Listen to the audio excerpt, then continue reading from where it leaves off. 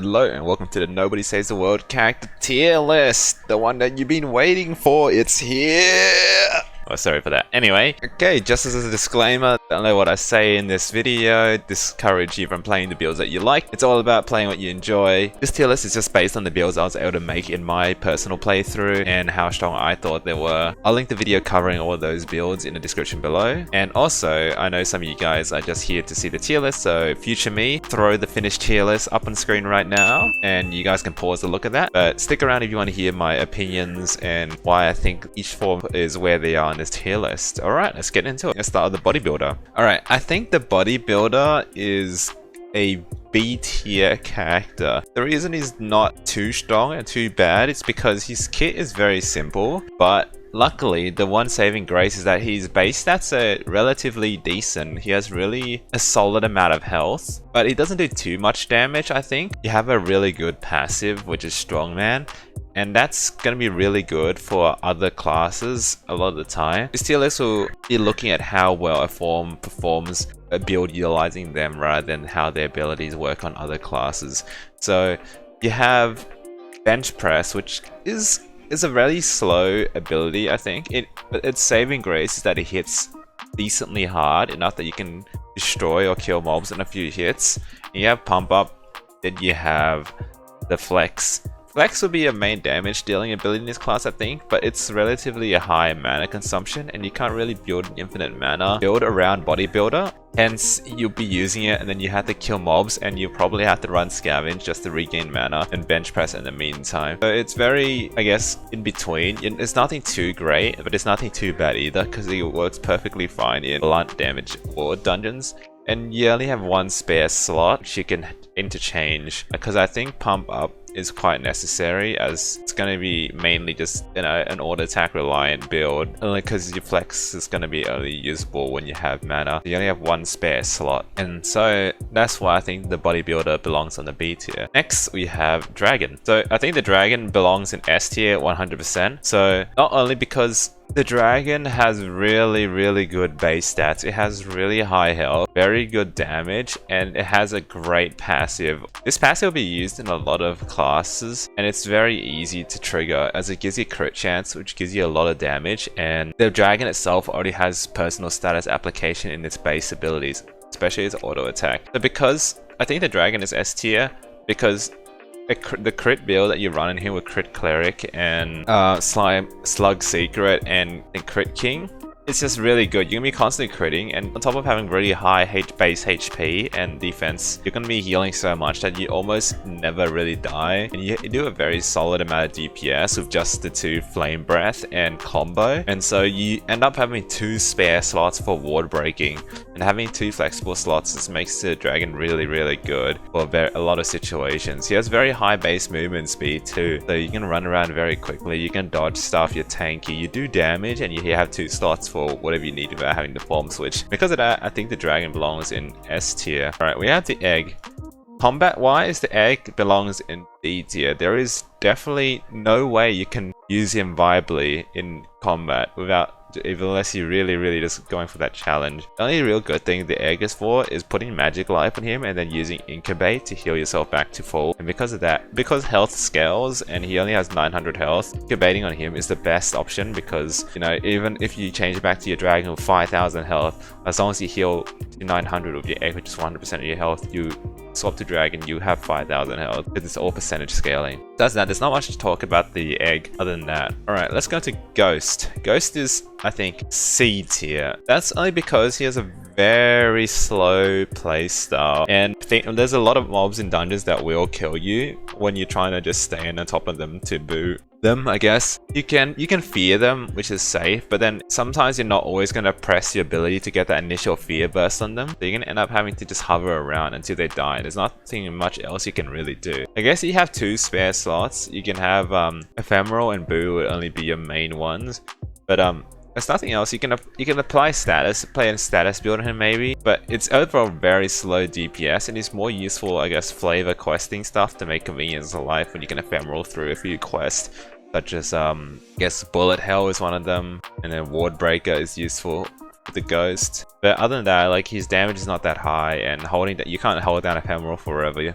So you're just gonna, in big mobs that you don't kill fast enough, you're just gonna die. Alright, I'm gonna go into the guard. But I think the guard is going to be higher B tier because he actually does quite a bit of damage, honestly. The guard, his main ability that he's going to be using that's high damage is going to be shield bash. I don't think you're going to do much damage before then because your auto attack is not that good, although it does stun the enemies or stagger them. So once your auto enemies, a lot of them can't hit you back unless they're, I think, elite mobs. But the guard is, I think, he does a fair amount of damage, but these downsides is that he's slow, and I guess he's a very basic kit, which puts him in B tier. But in terms of fun of shield bashing enemies, I guess it's quite fun if you just run into a group and then just hold down that button and then just destroy them. But the downside is that you're very slow while holding shield bash, and shield bash deflect does take mana. It's a conversion rate of damage to mana, so you can't hold forever, the downside of it. But I think he's a still relatively fun character. He's quite viable, just like the bodybuilder. You know, he's not too bad. He's not too overpoweredly strong. But yeah, I think he goes in there. All right. So the horse, I think he's middle B tier. Some people might say he's really good, but I think he's very situational. Because his auto attack is not that great at all, I don't think. For ease of use, having to put your back towards the enemy just to hit them, your kickback is not that great. Your gallop is probably the best ability you're gonna gain from the horse. The passive may be useful in some other characters, but you're gonna have to build a build around galloping all over them to kill them, and it's a very mana draining, and so like it's only good against certain type of mobs in my opinion, and is sometimes going to be good. You can equip strongman on him in dungeons that mobs can be knocked back. In these cases it makes the horse quite decent, and I guess that's why he's not like C tier. There's times where he can be good, but you know, not being good in some situation I think puts you in B tier. Alright, we have the magician. He's definitely going in S tier. So the magician is ridiculously strong in ease of use. You have his basic attack, which does build stun, and it does build quite a bit of mana very easily. You would play a familiar build on him, have explosive familiars and magic life, which gives you infinite summons, and then yeah, you just basically just summon a bunch of minions and they just run at the enemies and do quite a bit of damage actually. The only reason he's just slightly low dragon in that he also has 2 flexible slots, but confetti bomb is really good, and you can have the top slot flexible. You don't really need confetti bomb as you already have light in your auto attack, so you have 2 slots that's free and flexible, which makes him really good too. But the only downside of him is that there's some mobs that kill his minions very easily, and because of that, yeah, it's a little bit rough sometimes when that happens and you can't summon mobs. Because your minions aren't too tanky unless they're kind of like the tiger, but the tiger I think has a very low spawn chance. It's like every 1 in 10 or 1 in 8 minions I notice a tiger spawns rather than a bunny. So yeah, other than that, they hit really hard. If mobs don't instant kill, he's just a monster. You just snowball out of control and nothing can really stop you in a dungeon. And so hence I think he's positions in S tier. Alright, we have Mermaid. I think Mermaid is also a D tier character, either C or D tier. I think low C tier. She can be used in combat, but I personally don't find her that good. Her own passive isn't that great, where when you take damage you regain some mana, and her abilities aren't that great either. Your main auto attack or basic ability will be you can either tap A on it or hold it down to get a big water burst. And tapping down A does 0 damage, or honestly, you're just doing that to apply status application on the enemies. Then holding it down is gonna be creating a big water burst. I tried really hard to make a build on the Mermaid, but I never really succeeded. And I think the only thing that was decent on her was the aqua barrier, which allowed her to deflect stuff, and then being able to spam that was the only one saving grace that kind of made her sort of fun. Other than that, I don't think she's that good. Even for water travel, I'd always use the turtle over the Mermaid for her. So yeah, that's the Mermaid.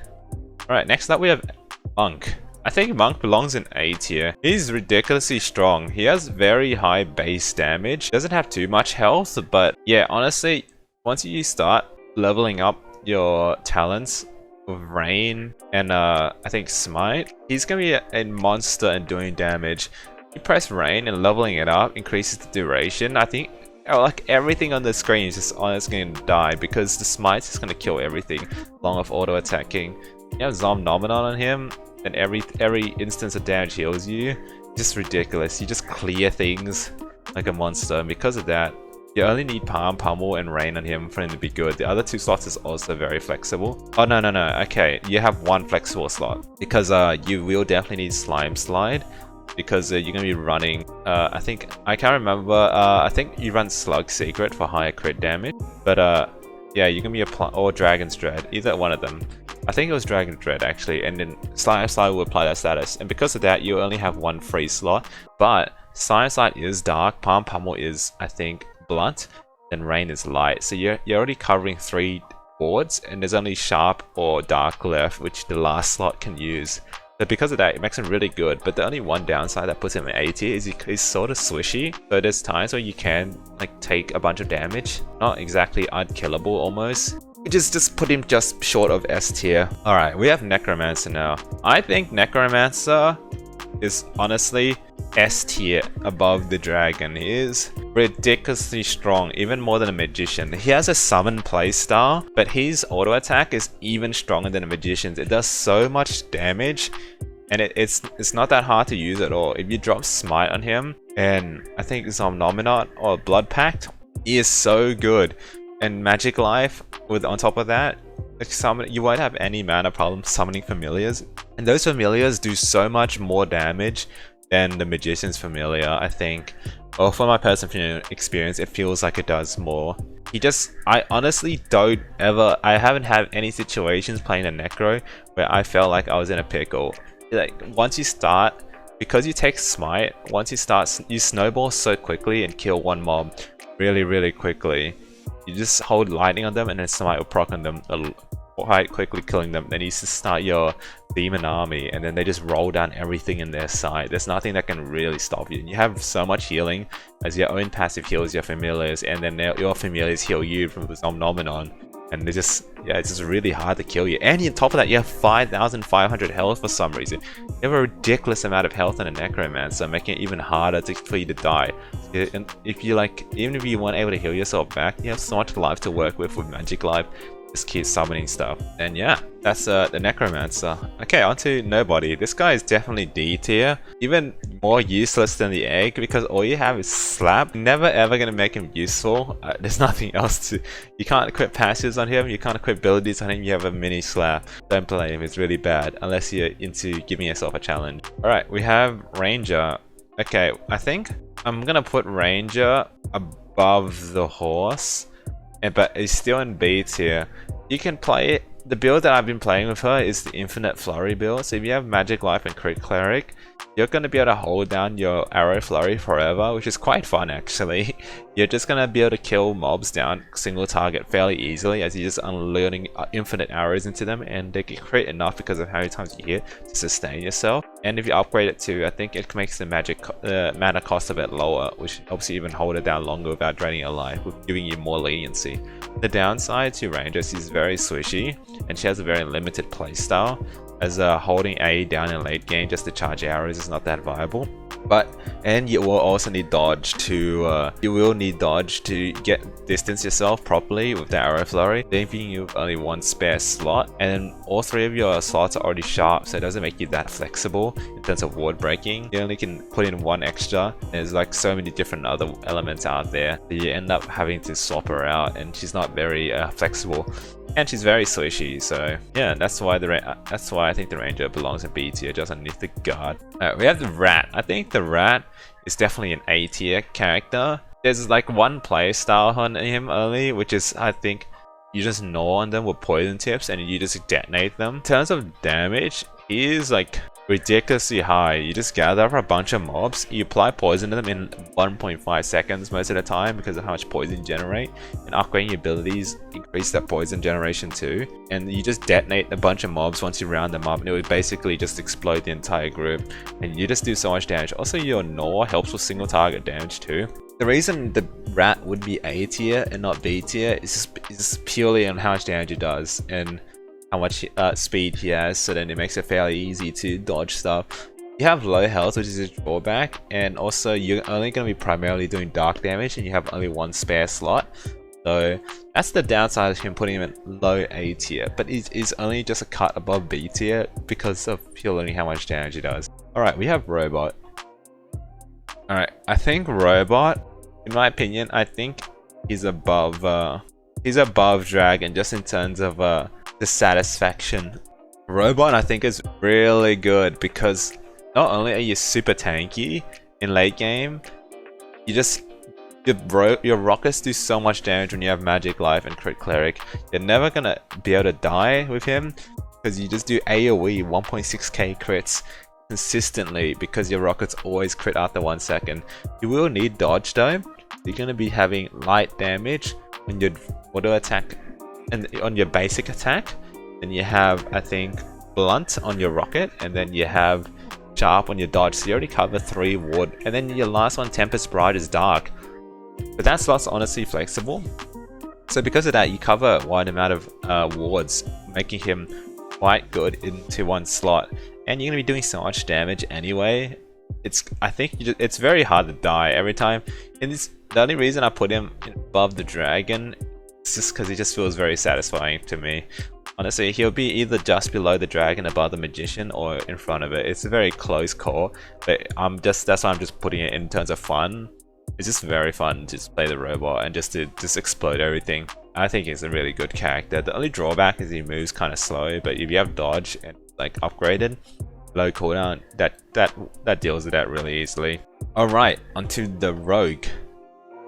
I think the rogue is gonna be either, I think, middle or B tier between ranger. Actually, I'm gonna put him above the guard. The rogue is, you may do a crap ton of damage with him because he does like 4,000 plus crit, but the downside of him is the cooldown of it, and so it doesn't make it consistent. You can either run Money Magnet or Quick Cooldown.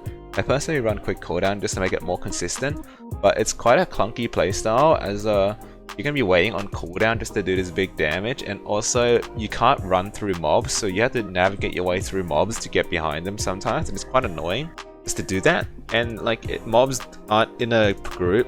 Mobs in a group aren't always facing exactly the same direction, so even though you stab some in the back, some of them won't get backstabbed, and so you won't be able to one-shot mob packs. Not only that, Cloak and Dagger, it doesn't have a big swing radius, so you won't be able to AoE clear mobs very easily despite doing so much damage. The one place he does shine is bosses, because you can just really just, you know, put Infect on or Slug Slide, apply status and swap over to Crit King. I think Slug Secret, my bad. And then just stab them down. You'll be able to wipe a boss out really easy. But in terms of dungeon clearing, he's like very clunky, I think. And so it's not that great in doing that job. Hence putting him just the top of B tier. He just does enough damage, but he's been kind of like lacking in other areas in terms of smooth gameplay. Alright, the Slug. I think the Slug would be a low, actually I think the Slug would be low A tier too, because he has very good kit. You're going to be playing a crit build on him, and you're going to be just kiting enemies. The reason I have him A tier is because despite him critting a lot, it kind of is a little bit slow. It feels almost like the Ranger's Arrow Flurry, but better. Except because he has, he covers a wide amount of wards, so you only really need... Actually, I think the Slug belongs above the Rat because of Blob Blob. Blob Blob does like 3,000 plus damage, and it's not that long of a cooldown. You're going to be auto-attacking them and blobbing them, and you have Slime Slide, so you're going to have 2 elements, leaving you with 1 left for whatever you want for ward breaking. And you're going to be doing quite a bit of damage, and the Slime makes it so it's quite easy to kite mobs, so they're going to have a very difficult time getting to you. And so I think because of all those factors, and I think his base stats are not too bad either. It's just he's very reliant on being late game and needing the right passives for him to be good, but once you do get it, he's really, I think, quite decent option in dungeons. Alright, we have the Turtle. I think the Turtle is either, I think, top of S tier actually, or I think Turtle would be a middle maybe. So the only reason I say that, in terms of combat prowess, I think the Turtle is like unkillable, to be honest, but there's only one drawback on him, which is escorting people. When you need to run left and right, I notice even like categories like the final boss, in the phase when I need a blunt damage, I use the robot over the Turtle, because when mobs are coming from left and right or top and you need to defend someone, it's like quite hard to move around as you just as a turtle, you want all the mobs to come in towards you, and then you just spin on them. He's honestly unkillable anyway, because if you use Pump Up and Hunker Down and Crit Cleric and Zomnom, it's way too tanky. You do enough damage that you're never really going to be in danger. The downside of him is that if there's one single target, you're going to struggle on really killing that, I think. Or it's going to take a bit longer. Actually, because of that, I think I'm going to put the turtle underneath Dragon, because Dragon can handle a single target just fine. The turtle's a boss at like clearing AoE mobs and bosses that spawn mobs, because you just knock them all into each other and you're unkillable. But the downside of him is that he's very limited into, I guess, blunt damage when you take Hunker Down and Pump Up and Hell Shell. Because then you only have one flexible slot left for ward breaking, and so you're going to use him in specific dungeons. But he does belong in S tier still, because he's really like almost unkillable. I think you'd have to try hard to get him killed. Alright, the last one is Zombie. I think Zombie is going to belong in the bottom of S tier. He is really strong. Maybe high A tier. Yeah, you know what, high A tier. I think the Zombie is really strong because your base autos and your zombie infection do quite a bit of damage, surprisingly. And when you have passives on, your own passives on nominal is really good already. So having stuff, when you put more passives on, I can't remember what I took, but definitely you'll see it in the other build below. You'll see it definitely in the other build video below. But for my experience of playing the Zombie, I didn't even need the 4th slot. I think it's a free slot anyway. Yeah, it is a free slot. You end up having 2 slots that are free. You'll be able to cover 3 ward slots max, which is quite good. And I find that when you do so much damage with your own auto attack anyway, and your zombies do a lot of damage, and the bite itself does a lot of damage, that you're gonna be able to keep yourself up permanently, and you just dish out crap ton of damage, so nothing is gonna really be a problem for you to kill ever. I think in one of the zombie showcase videos, I just literally stood still and just continued tapping his basic attack, and I just face tanked the boss down and killed him without any help of zombies. Because of that, that just showcases how good he is. But the one downside of the zombie is that her movement speed is quite slow, and you do rot health when nothing is happening, making her a bad thing just to constantly stay in the form. You have to change to something else. Hence, doesn't belong in the S tier for that one reason, that you can't stay in them all the time and be completely okay. But yeah, that's why she's the top of A tier. Alright, I think that's the finished list. We have quite a few good options. The game does a pretty good job at balancing a lot of options. That's fun. Too bad like a few of them comes a bit later. But I think Rat getting that at the start is really good. And then at least like the later options that you unlock feel very strong, is a good thing. But yeah, honestly, just play what you find fun. But yeah, that's the tier list. If you found that helpful, do chuck a like and subscribe. Take a lot of time to think about these builds and come up with this content, so it helps out a lot when you do that, and lets me know that you guys enjoy this type of content, and so I know what to make for you guys. Anyway, that's the end of the video. I'll see you guys in the next one.